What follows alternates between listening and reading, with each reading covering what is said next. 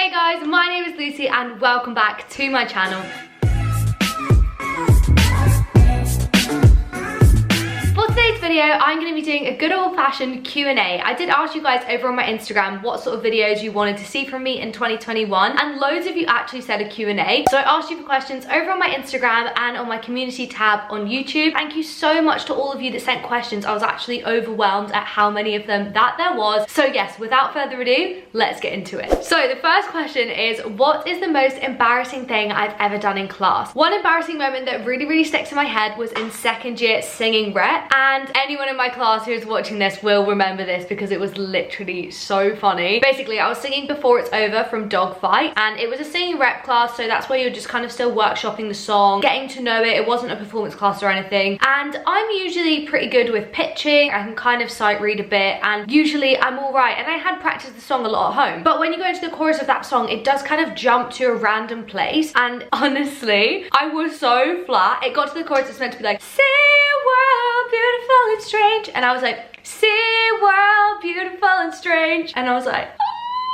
and everyone just wet themselves. It was so funny because it wasn't even like I was just a little bit flat. I was like a strong 3 notes flat, and anytime anyone sings that song, my friend Libby always looks at me and we just know exactly what we're talking about. This is a very interesting one, and it is, what is the worst thing about Dubai? Now, I love Dubai, as you guys know. I feel if I had to pick a worst thing, I would say the summers, because it is just so hot. You literally go outside and you feel like you're about to melt. Now the next one is, what is the most unique class I've done at URDANG? I feel like possibly the most unique is the fact that we got to do acting for camera in second year. I feel like a lot of musical theatre courses, obviously because it is aimed at stage, not on screen, is that most courses you don't get acting for camera, so I suppose it's pretty unique and really cool that we got to have an acting for camera class in second year. The next question is, are Isabella and I doing online classes together? As I'm filming this video, Isabella has actually left now, which is very sad. There's definitely more videos coming with her because we pre-filmed quite a few videos together, but I thought I'd space them out a bit. For the first week when Isabella was here, we were doing our dance classes together. Because of space and timing and clashing classes, it was just easier for us to do them together, and URDANG said that we could just swap to do each other's classes, and that was absolutely fine. But for singing and acting, we were doing them separately, and it's now very sad doing my dance classes without Isabella, because it's just way more fun doing online classes with someone else than it is on your own. The next question is, am I starting my third year musical rehearsals online? Now, as I'm filming this, fingers crossed, no, we will be starting in person at the beginning of March. But obviously, due to the craziness that is the world right now, things change on the daily. So who knows what will happen come March, but URDANG have literally been insane at reorganizing our musicals and figuring out a plan. So I could not be more grateful for that. So yeah, fingers crossed, we will be doing our rehearsals in person at the beginning of March. The next question is, would I ever cut my hair for a role? Now, I think I would cut my hair for a role because my hair actually grows really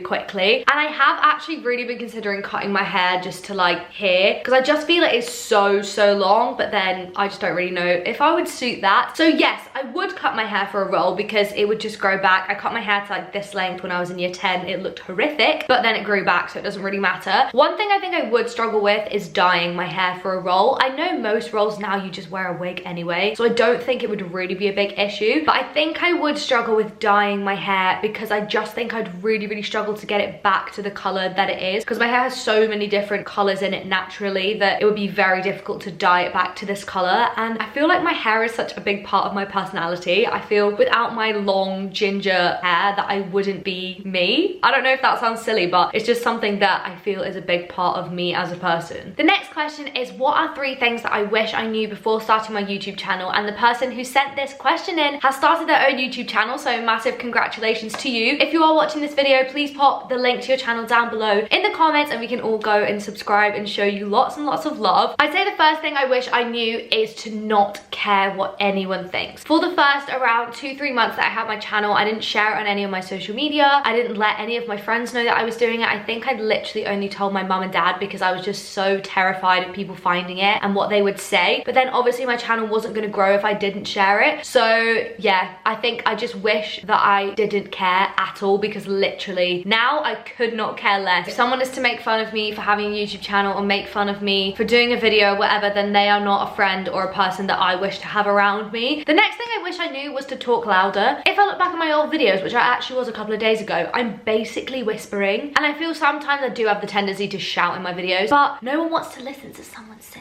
all like this. It's really quite boring. So yeah, I wish I knew to just speak up and just say what I've got to say. And the third thing I wish I knew is that your iPhone camera is absolutely more than good enough. I remember I filmed my first few videos on our old family photography camera that we'd like take on holidays and stuff with us, and the video quality on it was just horrific, and the video quality on my phone was way better. The next one is really sweet. It is, how am I coping with online learning, and is it nice doing it at home in Dubai? I'm gonna be honest, the last few days I have kind of struggled, but not necessarily just with online learning. I've just been in a bit of a generally rubbish mood, and I feel like everyone has those couple of days, and I'm kind of getting out of it now, but I've just been an absolute grump, if I'm being completely honest. But in general, online learning is not ideal, is it? Let's be honest. We all know musical theatre online is not the one, but I'm trying to make the most of it. I do feel super lucky to be in Dubai because I have more than enough space to do my classes, which some people don't have the luxury of, so I feel super grateful for that. The only thing that does make it challenging doing it here is the time difference. So for example, I finished class at 9:45 on a Friday evening, which is not ideal, but it is what it is. I guess you win some, you lose some. By being here, I'm in the sun and with my family and I have space, but I do have to deal with the time difference and the fact that I have to do classes till late. The one thing that does make me struggle with that is I'm such a productive person in the morning. I always want to get up, get on with it, get my stuff in my day done, so then I can enjoy and relax in the evening, but I have to kind of flip that mindset at the moment because I don't start classes until after 2 p.m. most days. The next question is, are foundation courses in the UK really competitive, and should I audition for more than one? Now, obviously this depends school on school. I'm sure different schools get different amounts of applications, but in general, yes, foundation courses are in super high demand, and I think they are getting more and more popular. So personally, I would always suggest auditioning for a couple of courses if you can. I am aware that auditions are expensive. However, at the moment, because of online auditions, I think some schools are doing them for free, so make sure to look into that. But personally, if you can, I would recommend auditioning for more than one. The next question is, what was my audition like for my foundation, and was it different because I was international? It was different for me because I auditioned mega late after they'd actually closed the applications, and because I was international and I was doing my A-levels, I couldn't go back to the UK, so I actually sent in a self-tape, and I am going to be doing a video very soon of me reacting to that self-tape, and I've not watched it in 4 years, and I'm absolutely terrified because I'm sure it's going to be so embarrassing, so make sure to keep your eyes peeled for that. But yes, I did do a video audition. The next question is, what are my plans after URDANG? Now, if you'd asked me this before Corona, I would have said to move to a new flat in London and hopefully get a job, preferably on a cruise or on an international tour. Now, due to Lil Miss Corona, that kind of isn't going to happen anymore, and sometimes I sit and stress about, oh my gosh, what am I going to do? The theatre industry is literally non-existent at the moment, but then I realised there's literally no point in stressing about it because everyone is in the same position as me. So my plans after URDANG are just to go with the flow, keep working hard, keep working on my YouTube, keeping up my training, and probably get some kind of muggle job doing something just to pay my rent, pay my bills, and we'll just see what happens. I used to be such a mega planner and I wanted my life completely planned out, but if 2020 has taught us anything, it's that you can't plan and you just need to go with where life takes you. And I truly believe that what is meant to happen to you will happen. So yeah, that is my plan, is that I have no plan basically. The next question is, what do I think my strongest area is at URDANG? For me, I would personally say singing is my strongest. It is the one that I enjoy the most. It's also the one that I've done the longest. I've literally had singing lessons since I was about 6. And I think I'm going to answer one more question because I don't want this video to be 4,000 hours long, and that is, do I prefer living in Dubai or London? Now, this is such a hard one because I feel so grateful to be able to call Dubai and London my home. For me, they are two of the most incredible cities in the whole world. I guess for my life at the moment, I prefer living in London because that is where my kind of independent adult life is. That is where I can pursue my career, I can work on my training, and I can kind of grow as a person. Of course, I absolutely love coming home to Dubai, and I definitely could see myself moving to Dubai in the future. But at the moment, my life and the way my life needs to progress at the moment, London is where I need to be and where I want to be. So if Corona could just get lost and I can move back to London, that would just be ideal. So guys, I hope that you have enjoyed watching this Q&A. I'm so sorry if I didn't get around to answering your question, but as I said, there was actually so many, so thank you so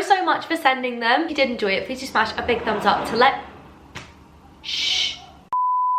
If you did enjoy this video, please do smash a big thumbs up to let me know. It really helps me out. And also can you not?